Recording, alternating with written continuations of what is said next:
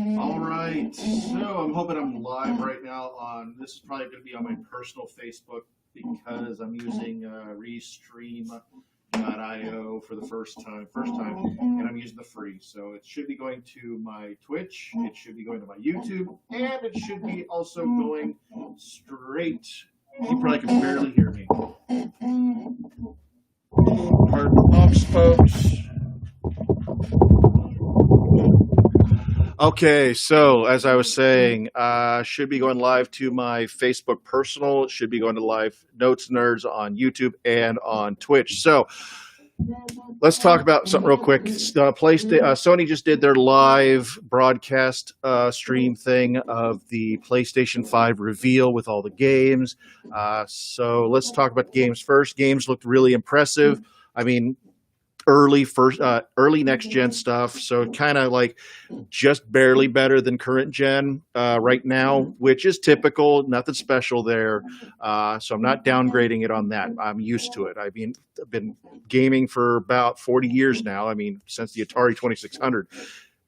Next gen consoles barely eke out better visuals than the previous generation, so it's kind of expected.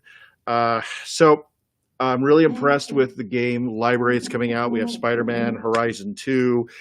There's a bunch of stuff coming out, Demon Souls, stuff like that. Huge library. It was an hour long. You're going to find it online, so I don't need to go over all of that again for you. So my big takeaway is graphically, the games look good. They look impressive for the PlayStation 5. Honestly, between PlayStation 5 and Microsoft, I know we're going to see people going on and on about this. We're going to see both sides of the fence going back and forth because we saw it with Xbox stuff coming out. The Series X games, everybody's like, well, that's not real gameplay. That was just trailers. And well, you know what? That's what happened here too. We saw a lot of trailers, but no real gameplay for the most part. So I'm going to assume that maybe on both the Xbox Series X and the PlayStation 5, some of the games were probably in real-time visuals, because I mean we've been seeing that a lot lately over the years too, where they're moving more and more away from pre-render visuals and going into real-time renders of the cinemas, because I mean the hardware's there. It's capable of doing that now.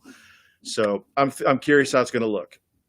Next up, let's talk about the PS5 console itself. There's two of them. That's right. There's going to be one that uses discs and also has a hard drive, and then there's going to be the all digital. Some people are speculating that the all digital is 500 gigabytes. I hope not, unless they're going to start doing more streaming style gameplay. I really hope they don't fully dedicate a digital box to nothing but streaming, because there's just not enough space in the bandwidth for people. I mean, you think about it, we're talking massive textures. If it's definitely out of the box 4K ready, no ifs, ands, or buts to it, everything can be 4K with at 60 frames minimum. Yeah, that's just a terrible, terrible idea to go totally streaming. I don't know why my thing keeps flopping down, so I do apologize if I keep leaning forward to adjust this. So anyway, yeah, moving on. So we also have, so I really think that the all digital box should not be 500 gigabytes. They need to go to at least a terabyte or right there within that frame, because initial release 500 gigabytes might be enough, but let's talk down the road 2 years. If the IO is not capable of handling, or don't have enough IO, because I want to go on that here in a second, in your inputs and outputs, it's just going to be a terrible mistake, especially if the disc-based version already comes with everything you need, because we already know that even with a disc-based version, games are going to have to be installed. So anyway, the console design, everybody was talking about the fridge design of the Xbox Series X. Anybody who has a desktop PC is already familiar with that design. It doesn't stick out. It just blends right in with your entertainment stuff on your your by your TV and everything. So it's not going to be standoutish. It's not going to be all like, oh God, it's so gaudy. Sony, on the other hand, has gone from a series all the way, from even the original PlayStation all the way to the PS4, has always been, it's there, it's clean, it's elegant, and it just blends in to, we're going to stand out like a big, sore, monolithic thumb. It looks like a reverse Oreo. It's got white outer shell with a black strip down the middle. It looks like it might only be a tower base only. Now, I know the Series X Xbox is going to be tower only, but that's not the problem. I think the major issue is that the PlayStation 5 looks way too narrow. I'm willing to wager, based off the way the controllers look. I don't have a controller in hand right now, close enough. But basically, right here is what your controllers are going to be as far as your hand. Here we go. I'm going to use this 360 controller because it's about right size. The PlayStation 5 doesn't look any more wider at its widest point than this. So anybody who has kids, I feel sorry for you when your kids come running through and shake the floor and the thing topples over. The base looks about, I want to move this real quick. I dare say it looks about like this size. Here's my hand for comparison, right up against it. So, yeah, I think that's about the size of the main base for stability. That is not enough. The Series X is a nice sized box, it looks like, about yay big. Here's my head for comparison. I think it's going to be right within that framework. It's not, like anybody who's got a computer tower can tell you that, it takes a bit to topple them over, especially if the weight is distributed correctly. The disk-based system might be bottom heavy enough that it'll be fine, but that all digital version, there's no major moving parts except for fans. So I'm really kind of curious how that's going to work out. Now, I'm not a big fan of the design, so it might require a little growing on, but honestly, I will probably not be getting a PS5 myself. Probably stick to the Series X just because I never adopted into the PlayStation market or into the PlayStation realm. Even with the PS3, all of my games for that are physical. And I only got like 2 PS5 games because I got a secondhand PS5 recently that I had to repair myself. Because it sounded like a jet engine, but now it purrs and hums like a new little kitten kind of thing here. So it's not going to grow on me. I'm not a fan of the design. As for the input outputs, the I/O on this thing, they didn't show us the backside of it.